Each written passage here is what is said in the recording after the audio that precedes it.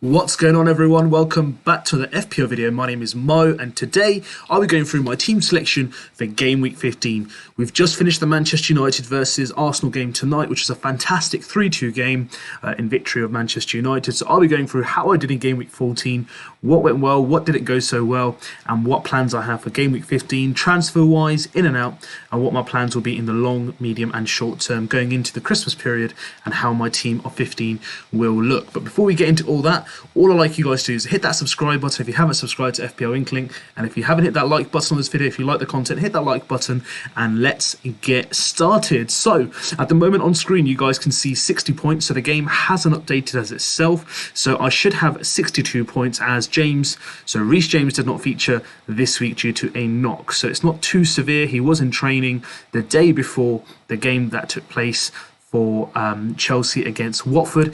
He should be back, I think, for the weekend, so I don't think he should be that much of a big miss.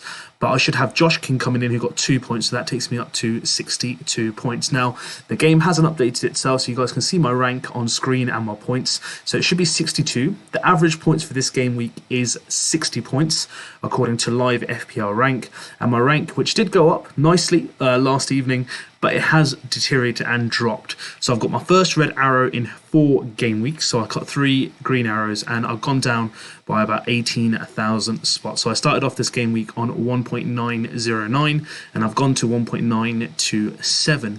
A bit disappointing. Again, there's a few things that didn't go in my favour, and if they had, I think I would have had a fruitful week. But we'll discuss all that and how it all went. So let's start with what didn't go so well. So Edison, Cancelo and Diaz at Manchester City. They conceded against Aston Villa. What a goal by Ollie Watkins.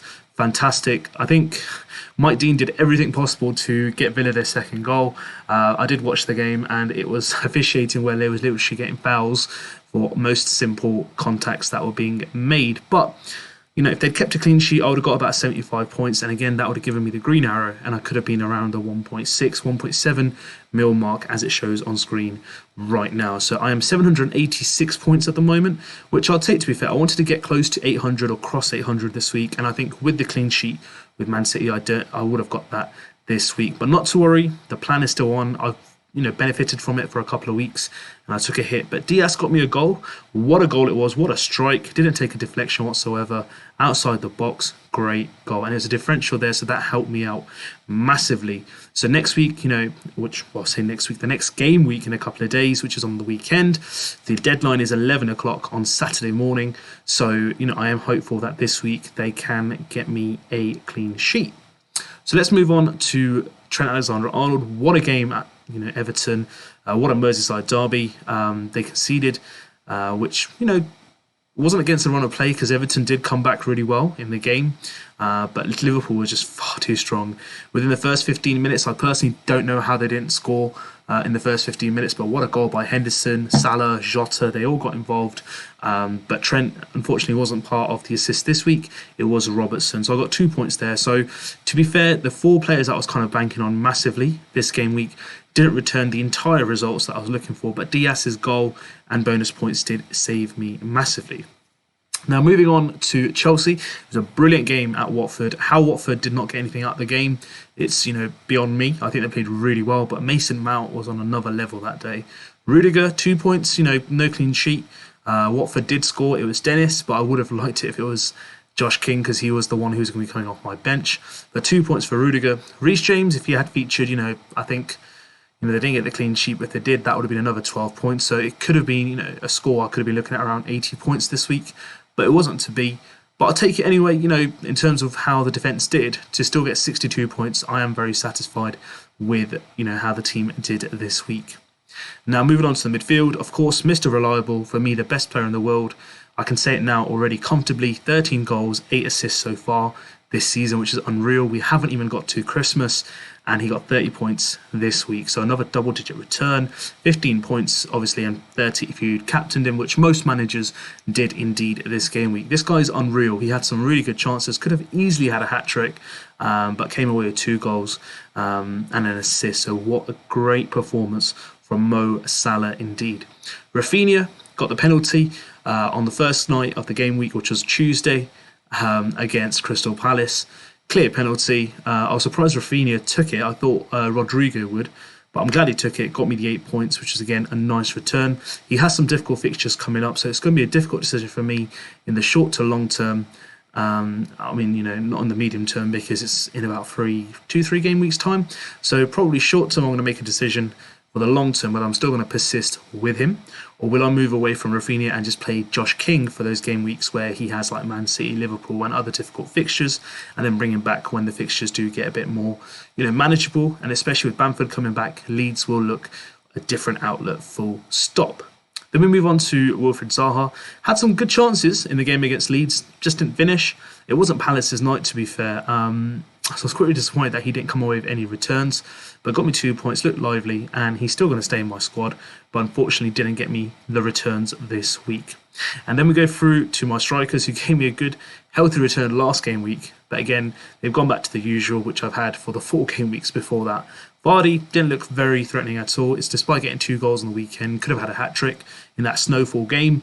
2 points, bit disappointed against Southampton considering they scored 2 goals, and I thought, you know, he could have had an opportunity to definitely get involved and certainly test that Southampton defence. But Southampton did play well, was unlucky not to come away with a win. But Vardy, you know, I'm still going to keep him, still going to bank on the fixtures he's got coming up and hopefully get me the returns itself, because I've looked at Kane as well. Kane didn't score again, he blanked.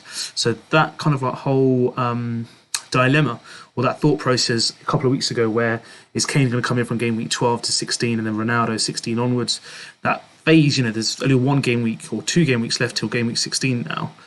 So 1 game week left for where they wanted to keep him in terms of Kane. He hasn't performed whatsoever. He hasn't got any returns. So for me, I'm kind of glad I stuck to Vardy, because despite Vardy not being in great form, he still has got more points over this period in comparison to Kane, and he is far cheaper for me, around 2 mil, compared to what I would have invested into Kane. Now, Antonio, unlucky. I thought he'd scored. It was then given an own goal and then chalked off by VAR. A bit unlucky. They should have got the points against Brighton. What a goal by Mopai. What a cross by Lamptey. That guy is insane. Comes off the bench, gets an assist. What a player he is. But Antonio, again, he looked sharp. Had a good few moments, but hasn't got that goal that we are waiting for a couple of game weeks now.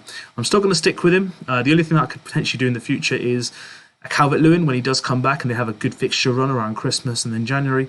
But Everton too are struggling. But I think that's more to do with the fact that they don't have Calvert-Lewin up front, because Damari Gray, Decore, Townsend, you know, Richarlison, they're all set up around the fact that, you know, they have Calvert-Lewin as a target man in the middle who can have the aerial presence, and he's a good finisher and he takes penalties as well. So for now, you know, personally, am I disappointed? Yes, I'll take 60 points, you know, 62 points, sorry, I got overall this game week. But for me, the average points was 60. So I was above the average, but I got a red arrow. So a lot to learn from this game week. Things could have been better. Not many teams got clean sheets. So, for example, I think the only team like Spurs, the Burnley game, which was a 0-0 against Wolves. So there was only a handful of, you know, teams that came away with clean sheets. But the template of Spurs, Chelsea, because in terms of Reguilon, people are coming off now. Spurs came good, but Chelsea conceded. Reguilon got the goal and a clean sheet, so that's a good couple of points there for Spurs owners who do have Reguilon in. And then, you know, the common ground was, you know, a City defender, which is Cancelo, Trent from Liverpool, Rudiger, for example, from Chelsea. It didn't really reward much, and I guess that's what the average has been, around 60 points this game week. So a lot to think about and a lot to decide what I'm doing with my team next week. So let's have a look at my team selection for this game week, which is coming up. So here we are. What have I done?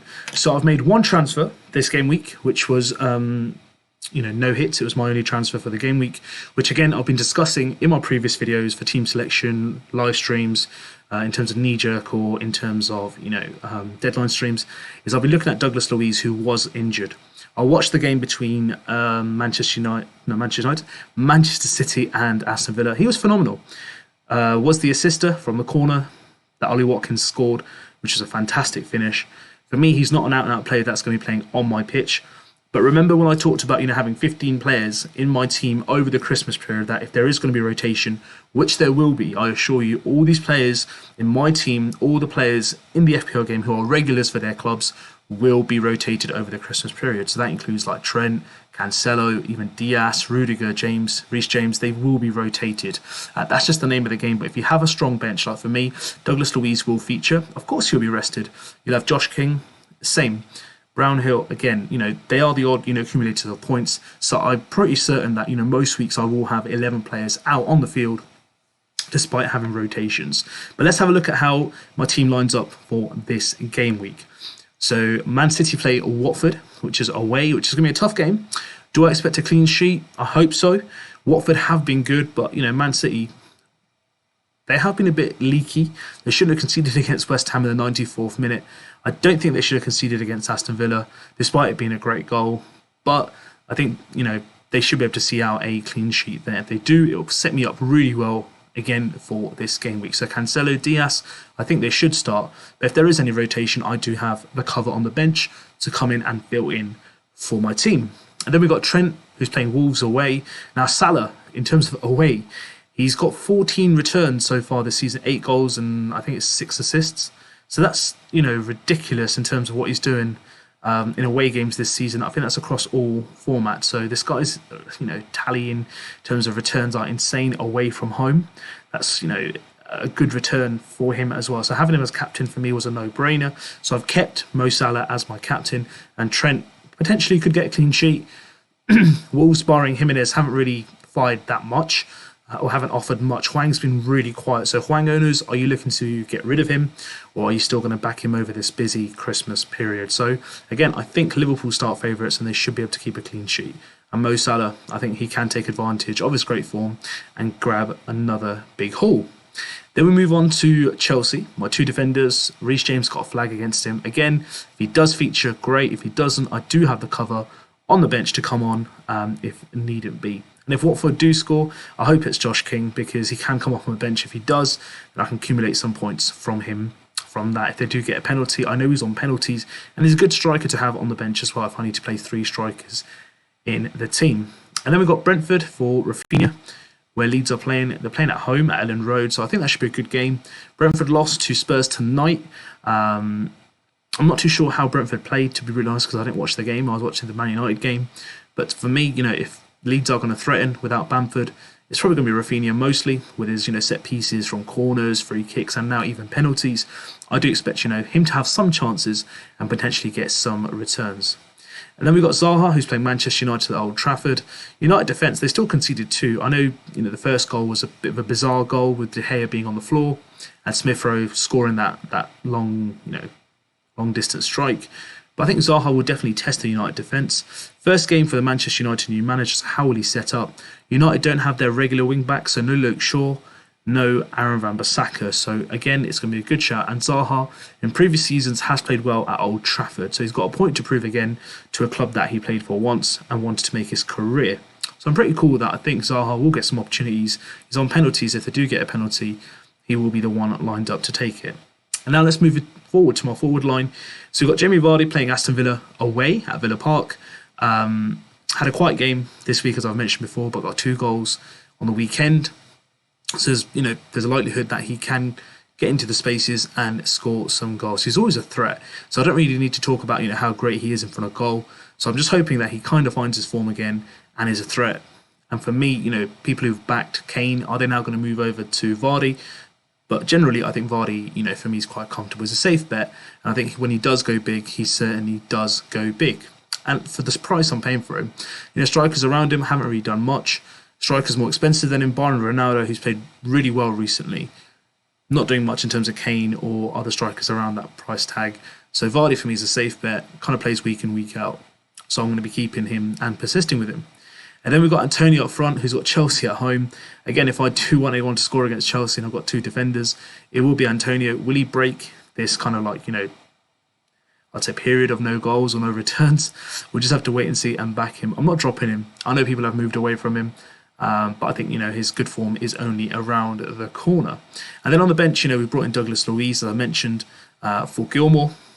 Josh King's on the bench and Brownhill. Foster's injured, but, I think Edison should be good to go for this game week. So this is my squad for lined up for this game week. Let me know what your thoughts are. Are there any players in here that you're looking at that I've brought in and you thought, that's a player I haven't brought in but I'm going to be bringing in now? Are there any players that I haven't mentioned that you're thinking of in the long to short term and how you're looking to boost your squad for this busy period, considering we're having 10 game weeks in 40 days, which are already in the mix of it, having 2 within, let's say 4 or 5 days, starting from Saturday all the way to Thursday, we've had, 2 game weeks. And now in 2 days time, on Saturday, we'll start another game week and that'll finish on Monday, which is absolutely insane in terms of the games. They are coming thick and fast. So before you go, hit the like button. Please subscribe to FPL Inkling if you haven't done so far. Join the family, and you see the league code below my camera screen. Type that in and join the FPL Inkling league itself. Let's aim for that green arrow. Let's aim for some more subscribers to our family, and let's have a great week. Till then, I want you guys to take care, and I'll see you guys soon with the deadline stream, which should be on Friday evening. Take care.